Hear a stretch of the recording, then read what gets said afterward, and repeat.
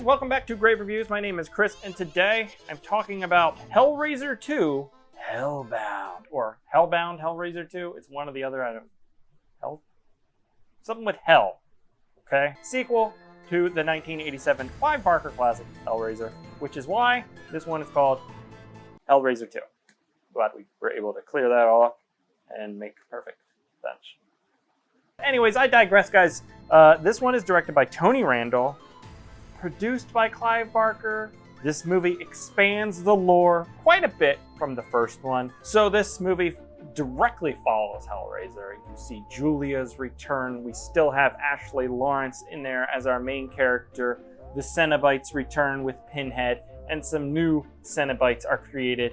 This movie has some serious amounts of hijinks, I will say that, and gets a bit off the rails at times, but is a very entertaining and not necessarily exactly what I would want from a sequel to Hellraiser, but I do enjoy this movie quite a bit.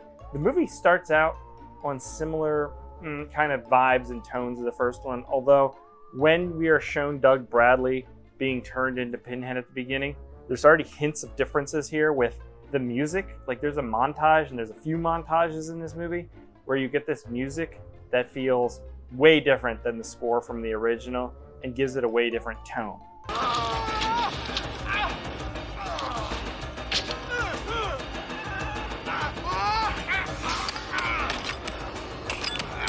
You still get some similar vibes, mirroring the intro of the first one with Frank and his introduction to the box, and this time with Doug Bradley's character. It's shot really well. It's a cool location. After the first, 20 minutes of this movie, it gets more and more campy and ridiculous. And by the end, it's so over the top and kind of nonsense, but it's done up in glorious, ridiculous ways with effect work and gore that I kind of like it too. So I think what worked so well about the first one, and maybe it was a budgetary thing because it was obviously a very small scale movie, is it's a bit more constrained in what they show you. Now, I agree at the end of Hellraiser with the little globicle guy. I don't know what his name is. I'm calling him globicle, but you know what I'm talking about? The little hand puppet man that comes out. You're like, this is ridiculous. Ridiculous? I can't even talk. Ridiculous! Ridiculous, okay? And cheesy. You were getting hints of hell in the first one, and you only get so much of the Cenobites.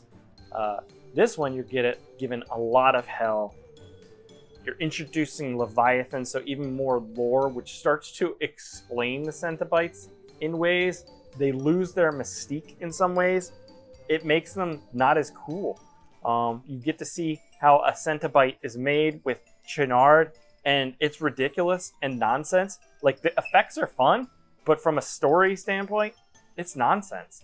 And I think that's what the first Hellraiser did so well. It was a kind of mix of both. I think the story is really, really strong, and the rating's really strong coming from Clive Barker. But then you also get the cool effects. And in this movie, it leans way more in the effects. It relies on a lot of the same story beats from the first one, but in like a lot of sequels, it doesn't necessarily respect the logic that was set up from the beginning. Meaning, we see in the first one, Frank returning to a full form, and it takes a long time, and a lot of people are killed before he has even a fuller body. And in this one, Julia basically comes back almost fully formed right away, and then still continues to kill people to gain skin. So it doesn't quite feel like it follows the same cycle they set up, which is fine because they want to move the story along and progress. So I think there's some really strong parts though. There's a really explicit flaying, stabbing sequence of a guy who has a bunch of problems where he sees insects on his skin, and he's given a razor and he just starts cutting at himself, and it's disturbing. And I remember that when I was younger being like, this is just out there. Like, this is super explicit stuff. And that is still pretty effective sequence. And Julia's return is very cool. The whole room, the whole thing is set up the way it's set up is really cool, and how it's done. And I loved all that stuff. I think what happens though is that we are shown too much a lot of times. So When you get the hints of this kind of stuff, it's very effective because your mind fills in the rest. But once you start to see everything and you see the effects and you start to see the flaws and everything, it becomes harder to buy into the mythos of this stuff. And so the second half of the movie where they're in hell, I don't know, like, it's really hard to portray hell as something that's not just kind of cheesy, I think. I think describing it in words or characters kind of hinting at it or seeing quick flashes of visuals, like in Event Horizon, when you saw those quick flashes of hell and stuff, you're like, oh, I don't know what I saw, but it looked disgusting and disturbing. Now, if we were to sit in that visual probably for a few minutes, you'd be like, oh, yeah, it was cool for a second, but it's kind of like a little cheesy. And that's kind of how this sits in. Like, it's cool, but it's cheesy. There's moments where they go to hell and they're like, this is Frank's torture, is these women in these bags come out and groan and moan at him, and he can't sleep with them or something because that's his desire, and he can't fulfill his desire. So that's his personal hell. These women are constantly shifting in and shifting out of the wall, groaning in pleasure in plastic bags. And when I explain it like that, you're like, hell sounds pretty fucking stupid. And there's other moments like that where you get like other people's torments and stuff. It's not effective. It's fun because it's ridiculous, but it's not scary. It's not evocative like the first movie is. So I think just the story is a lot weaker in this one as opposed to the first one. The expansion of Leviathan as like this ultimate thing in hell is pretty cool, and I don't know if that's hinted at in the book. I think that might be in the Scarlet Gospels, but I don't remember. So maybe that does come from the original Clive Barker lore. I can't say for sure. It's a cool idea. It doesn't make any sense, or it's not really explained. And by the end, when Dr. Chenard becomes a Cenobite and fights the other Cenobites, that was a very weird sequence. Like, I feel like we got to like a movie where it's like a versus Cenobites versus something very quickly by doing that kind of idea in the sequel. Meaning, I was kind of rooting for Pinhead. Why? I don't know, because he's familiar.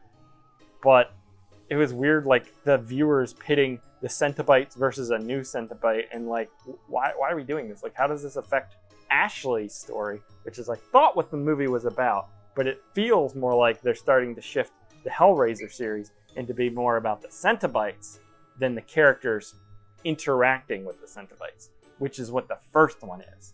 So it makes sense though, because now you've got Pinhead, he's iconic, you can make a franchise out of this. And they went on to do it, and they made like 23 more movies. Not exactly 23, but it's like 15 or 11 or 12, I don't know, it's a number. And we're going to explore all of them eventually. Yes, even Judgment. Yes, even Judgment. I said it twice in case you didn't hear it the first time, because that movie is fucking awful, and I censored myself because I don't know. Anyways, we got a lot of questionable character choices. We got a lot of convenience to the plot. Ashley Lawrence is wearing Julia's skin at one point. Let's talk about actually Ashley Lawrence. Like, I like her. She's good at the intensity and the screaming that comes along with a horror movie of this kind, where the stuff is so ridiculous that the character's freaking out. She can do that really well. Otherwise, I think she's a pretty bad actress. She doesn't deliver lines in ways that make sense. She just responds in cadences that don't really fit. Maybe it's a personal thing.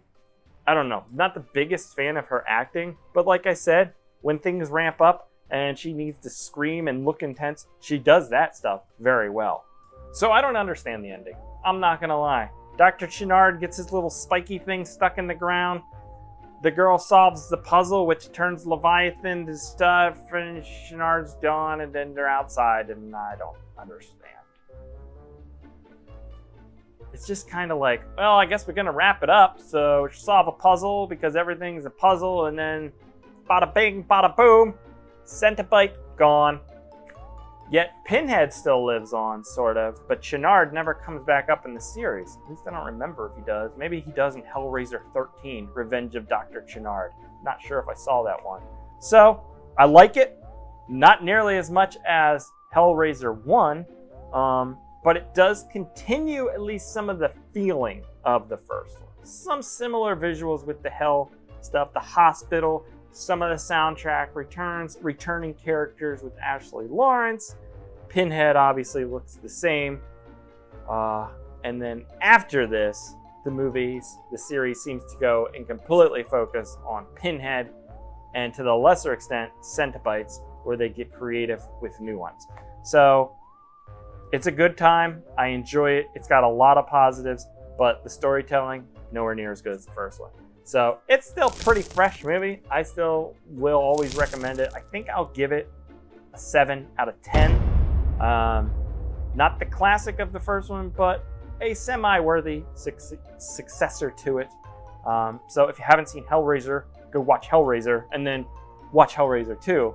And then after that, we will talk about Hellraiser 3, Hell on Earth, I think is what it's called. And that's where the audience is gonna split, I feel like. Because it's quite a bit different. That's it for this episode of Grave Reviews. Let me know your thoughts on Hellraiser 2, Hellbound, Hell on Earth, Hellbound, Hell, something Hell. There's a lot of hell going on here. And then I will catch you here next time, guys. Goodbye.